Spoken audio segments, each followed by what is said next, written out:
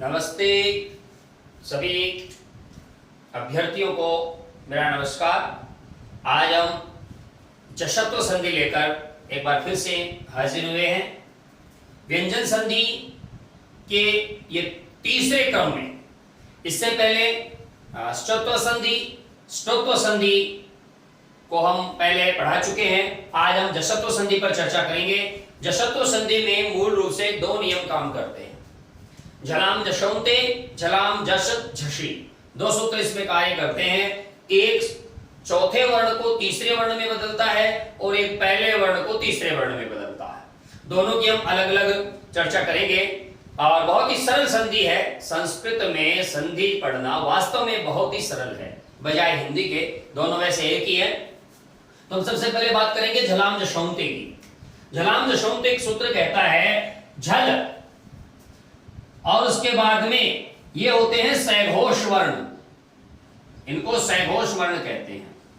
अगर किसी झल वर्ण के बाद कोई सैघोष वर्ण आए तो झल वर्ण जस वर्ण में बदल जाता है।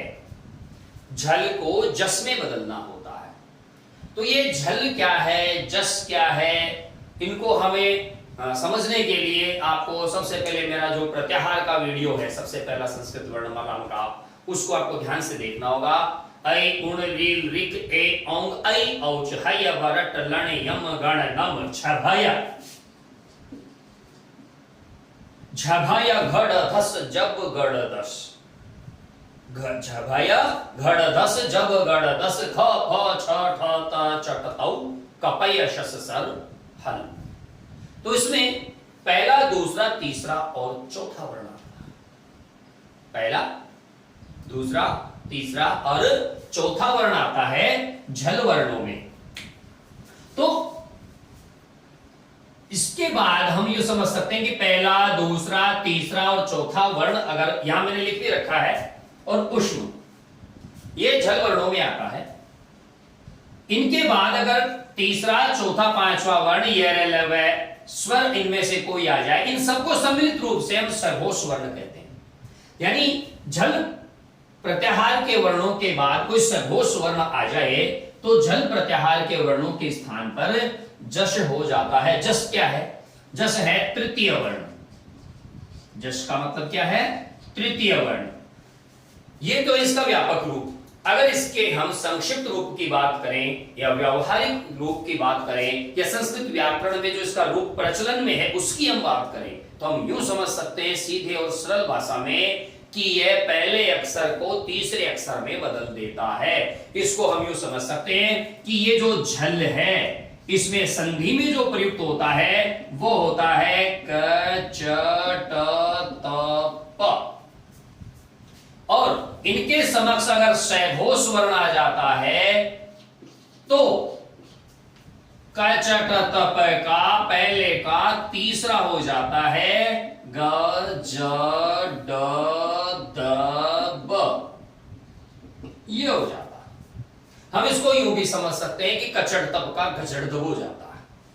कचड़ तब का गजड़ दब हो जाता है। ये हमें इसमें ध्यान रखने हैं, लेकिन दो चीजों का जरूर ध्यान रखना, ष्टुत्व संधि और ष्टुत्व संधि। यानी ष्टुत्व में जय हो चुका है और ष्टुत्व में ड हो चुका है, बच गए तीन, उन पर गौर करना है। समझ गए आप? तो इसको हम यूं भी कह सकते हैं कचड़ तब का गजड़ दब हो जाता है। झलाम जशोंते जश्त्व संधि का जो पहला पार्ट है इसमें पहले अक्षर को तीसरे अक्षर में बदल दिया जाता है अगर सामने कोई सघोष वर्ण हो, यानी किसी भी वर्ग का तीसरा, चौथा, पांचवा अक्षर हो, या रेलवे हो या कोई स्वर हो, यहां पर है भी है, इनमें से कोई भी एक वर्ण हो तो फिर हम जो पहले जो प्रथम वर्ण आया था क च ट त प उसको ग ज ड़ द ब में बदल देते थे। तो कैसे बदले इसको? उदाहरण के तौर पर हम यूं समझेंगे कि मान लीजिए अपने पास एक शब्द है वाक और सामने आ गया दानम। तो क्या किया जाए? देखो ये पहला अक्षर है, सामने तीसरा अक्षर है और हमारा ये सूत्र कहता है कि पहले के सामने अगर तीसरा आ गया तो पहले को तीसरे में कन्वर्ट कर दो। तो पहले को तीसरे में कन्वर्ट करते ही क्या हो जाएगा, कै का गै, और ये बन गया वाग्दानम। इसी प्रकार जगत ईशः, जगत ईशः, ये क्या कहता है कि पहले के बाद में कोई स्वर भी आ जाए तो हमें उस पहले अक्षर को तीसरे अक्षर में बदल देना है। शब्द क्या हो जाएगा, जगदीशः, परम पिता परमेश्वर जगदीश। तो ये स्थिति इसमें हो जाती है। अब जैसे मान लीजिए अपने पास शब्द है प्राक, प्राक अव्यय है, प्राक अव्यय है जिसका अर्थ होता है पहले, और इसके साथ शब्द आ गया वैदिकः। तो वह, ये देखो ये रहा वह, पहले के बाद में वह है तो पहले को तीसरे में बदल देंगे, क्योंकि पहला हलंत है तो तीसरा भी हलंत रह जाएगा, और बाद वाला उसमें ज्यों का त्यों जुड़ जाएगा, और ये बन जाएगा प्राग वैदिकः। ये क्या बन जाएगा, प्राग वैदिकः। अप दी, प पहला, दी तीसरा, बन जाएगा अब्दी। सुप अंतः, पैकाबे सुबंतः, ऐसे ही तिबंतः। तो ये पहले का तीसरा करते हैं। कचड़ तब को गचड़ तब में बदलते हैं, कचड़ तब का गचड़ तब कर देते हैं। कितना है, कितना सरल है ये। जो सैघोष व्यंजन संधि के नाम से इसको जाना जाता है हिंदी में, और संस्कृत में इसको जशत्व संधि के नाम से जाना जाता है। उदाहरण वही काम आते हैं, सिर्फ फर्क इतना होता है, संस्कृत में अनुस्वार और विसर्ग का योग हो जाता है और हिंदी में वो चीजें हटा दी जाती हैं। जैसे मान लीजिए शट आननः, शट आननः, टे, टे यानी पहला, आनन में आ यानी स्वर, तो पहले का बना दीजिए तीसरा, बन जाएगा षडाननः। तो इस प्रकार से हम आसानी से जशत्व संधि के झलाम जशोन्ते सूत्र को समझ सकते हैं। तो अब बात करेंगे हम जलाम जस झसी, दोनों में अंतर क्या है। जलाम जशोन्ते ये सूत्र पहले को तीसरे में बदलता है, और जलाम जस झसी चौथे को तीसरे में बदलता है। ये पहले को तीसरे में बदलता है, ये चौथे को तीसरे में बदलता है। काम दोनों का एक ही है कि तीसरे में बदलेंगे। तो इसको हम आगे समझते हैं।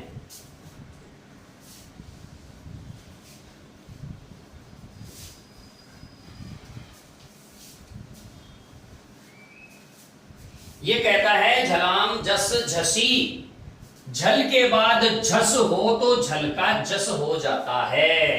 अर्थात हम इसको संक्षिप्त रूप में इतना समझेंगे कि चौथे के सामने अगर चौथा हो तो चौथा अपने ही वर्ग के तीसरे में बदल जाता है। अब आप इसको संक्षिप्त रूप में अत्यंत प्रभावी रूप में यू समझ लीजिए। चौथे के सामने चौथा आ जाए तो चौथा वर्ण अपने ही वर्ग के तीसरे अक्षर में बदल जाएगा। तो कैसे बदलेगा ये? ऐसे थोड़ी बदल जाएगा, बदलना पड़ेगा। हमारे भाग्य में खाना लिखा है, खाने के लिए हाथ चलाना पड़ेगा, तो हम हाथ चलाते हैं तभी बदलेगा। तो जैसे मान लीजिए अपने पास एक धातु है जिसका नाम है लभ धातु, और इस लभ धातु में हम जोड़ेंगे धह। ठीक है, तो आप क्या देख रहे हैं, भय भी चौथा है और धय भी चौथा है। दोनों चौथे चौथे वर्ण हो गए, तो दोनों चौथे चौथे वर्ण हो गए तो हम इसको ले सकते हैं। तो भय का तीसरा बै, और ये आ गया, क्या बना, लब्धः। क्या बना, लब्धः, अर्थात प्राप्त हुआ। अब इसके पीछे की एक बहुत बड़ी कहानी है, वो भी आप समझिए क्या है। ये जो लभ है, इसके सामने जो धह है, वास्तव में ये ध नहीं है, ये कत प्रत्यय है। क्या है? कत प्रत्यय है, जो प्रकारांतर से संधि आदि के नियमों में बंधते हुए ध बन गया है। बाकी ये है क्या? ये कत प्रत्यय है। समझ में आ गई होगी आपकी बात। तो ये जो लभ ध वास्तव में यहां पर ये जो बाद में ध ये कत प्रत्यय है। अब ऐसे ही मान लीजिए लभ धी, ये धी अगर प्रकृति प्रत्यय की बात की जाए तो ये कितिन प्रत्यय है, तो लभ धी। तो चौथे के सामने चौथा, तो पहले वाले चौथे को हम बदल देंगे तीसरे में और बन जाएगा लब्धि। लब्धि ये कौन सा शब्द आ गया भाई? अरे भाई उप जोड़ो, क्या बनेगा? उपलब्धि। तो शब्द ऐसे बन जाते हैं। चलो कोई बात नहीं, आप में बुद्धि तो है, जरूर होगी। बुद्धि है तो ध को इधर रखो। अब जो द जो तीसरा अक्षर था उसको चौथे में बदल दो और बन जाएगा बुध धी। संधि करेंगे तो बु ध चौथा, सामने फिर से चौथा, चौथे को बदल दो तीसरे में और ये धी है ही, दोनों को जब मिलाएंगे तो ये बन जाएगा बुद्धि। तो आसानी से हम इस संधि को हल कर सकते हैं। मान लीजिए हमारे पास शब्द आ गया आरभ धम, आरभ धम, आरभ धम आ गया तो भ के सामने ध यानी चार के सामने चार, तो चौके के सामने चौका, तो चौके का तिया और ये बन जाएगा आरब्धम। अब आरब्धम ये कौन सा शब्द आ गया? कहां काम में लेते हैं? प्रे जोड़ो, प्रारब्धम कहते हैं ना, नियति प्रारब्ध। तो ये हम आसानी से शब्दों का निर्माण कर सकते हैं। वो कहते हैं कि मैं उसकी बातों से दग्ध हो गया। दग्ध यानी जलना, जल गया। तो दग्ध कैसे हुआ भाई? अब देखो हम दग्ध को कैसे बनाएंगे। ये क्या है? तीसरा अक्षर, ये है चौथा अक्षर, तो तीसरे को चौथे में बदल दो। ये ग है, ग का चौथा घ, तो ये हो जाएगा दघ धह। क्या हो जाएगा? दघ धह। कई कहते हैं कि मैं क्षुब्ध हो जाऊंगा, क्षुभ धह, क्षुभ भय का बै और ये हो गया क्षुब्ध, ये हो गया क्षुब्ध। तो इस प्रकार से जसत्व संधि में ये दो नियम हैं। झलाम जसोंते नियम पहले वर्ण को तीसरे वर्ण में बदलता है और झलाम जस जशी सूत्र जो है वो चौथे को तीसरे में बदलता है। चौथे के तीसरे के उदाहरण आपके सामने हैं और पहले के तीसरे के उदाहरण में पहले आपको दे चुका हूं। फिर भी मान लीजिए और देखिए अच अंत, अच अंत। तो यहां देखिए पहला अक्षर है, सामने स्वर है, च का बना दीजिए ज, अजंत यानी स्वर जिसके अंत में हो ऐसे शब्दों को अजंत कहते हैं। अजंत पुल्लिंग, अजंत स्त्रीलिंग, अजंत नपुंसकलिंग। राम है अजंत पुल्लिंग प्रकरणम। तो ये पहले को तीसरे में बदलता है झलाम जसोंते, और झलाम जस जसी ये चौथे वर्ण को तीसरे वर्ण में बदलता है। दोनों का कार्य एक ही है, जस करना यानी तीसरे वर्ण में बदलना, इसलिए दोनों जशत्व संधि में गिने जाते हैं। अगले एपिसोड में मैं आपके साथ अन्य जो व्यंजन संधियां हैं उनका वीडियो लेकर हाजिर होऊंगा, उनके बारे में जानकारी लेकर हाजिर होऊंगा। तब तक आप हमारे इस वीडियो को अंत तक देखिए, सब्सक्राइब कीजिए, बेल आइकन दबाना मत भूलिएगा ताकि आपको हमारे वीडियो की लेटेस्ट जानकारी मिलती रहे, आप अपडेट होते रहे और लॉकडाउन के इस पीरियड में अपने अध्ययन को भी आप लगातार जारी रखिएगा। जय तु संस्कृतम, जय तु भारत।